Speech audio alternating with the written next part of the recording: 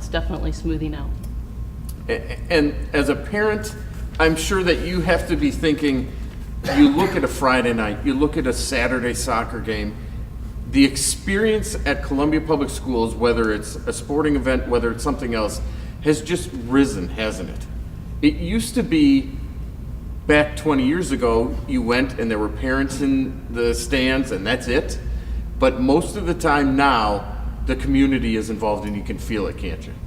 I think the energy of the fans, the kids, and everybody that participates in the activities has gone up.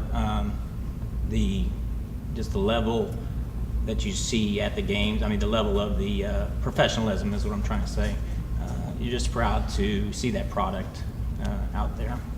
And some people have even said, you know, when you have the University of Missouri, when you have Columbia College and kids get to see that, what goes on there, and then they come to Columbia Public Schools, they get that kind of same experience. Out of town teams come here and say, whoa, look at this. Yeah, I mean, I'm sure other teams are very impressed by what they're seeing.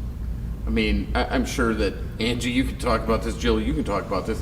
Teams that travel here and they see the stuff that goes on, whether it's the football replay because it's on the video board, whether it's the new gym, whether it's this new high school. I mean, the wow factor is really there, isn't it? Well, I have to think so. It's kind of one of those things that we're used to it now because we're here and it's all we know. But definitely, I think we travel to St. Louis, Kansas City all the time, and they kind of get overshadowed, I think, a little bit because they do have the professional teams there.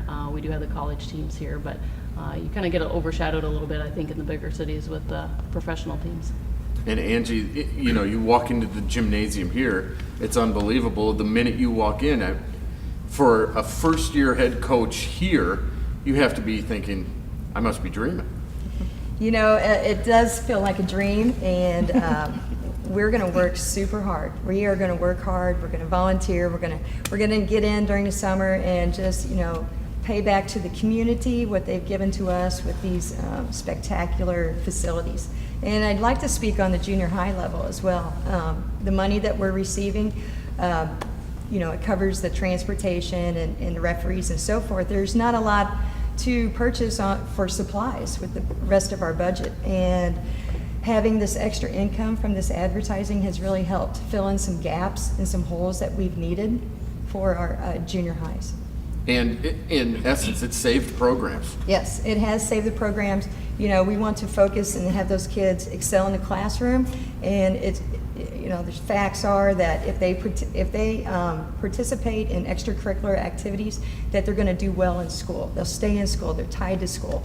And so having that extra money for emergencies and so forth at the junior high level has really helped. And Dr. Belcher, you touched on this earlier in saying that's really the point you were at. I mean, you were at the point of, okay, what's getting cut? What are we going to do?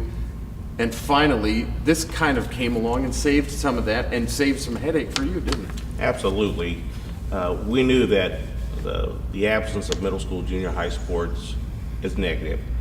You want to build those programs up and you want to give kids experiences developmentally. And we also know, as was mentioned, their connection with extracurricular programs keep them in the school, keep them better behaved in the classroom, keep them more focused on possibilities. It's part of what makes our schools well managed. We often get hit up that you spend too much on sports or you do too much on this. One, the community wants a good program, and two, you have to provide the money to make it attractive for the kids. This allows us to do it. To think that in the last 2.5 to 3 years, we've put about $600,000 into these programs that doesn't come out of local operating dollars, so that we have higher quality programs, more kids aspire to it. And as we open Battle High School, we will increase our participation in extracurricular programs by over 30% because we're spreading it out and making it more available to kids. That's what we're supposed to be doing as educators, is to make experiences for kids.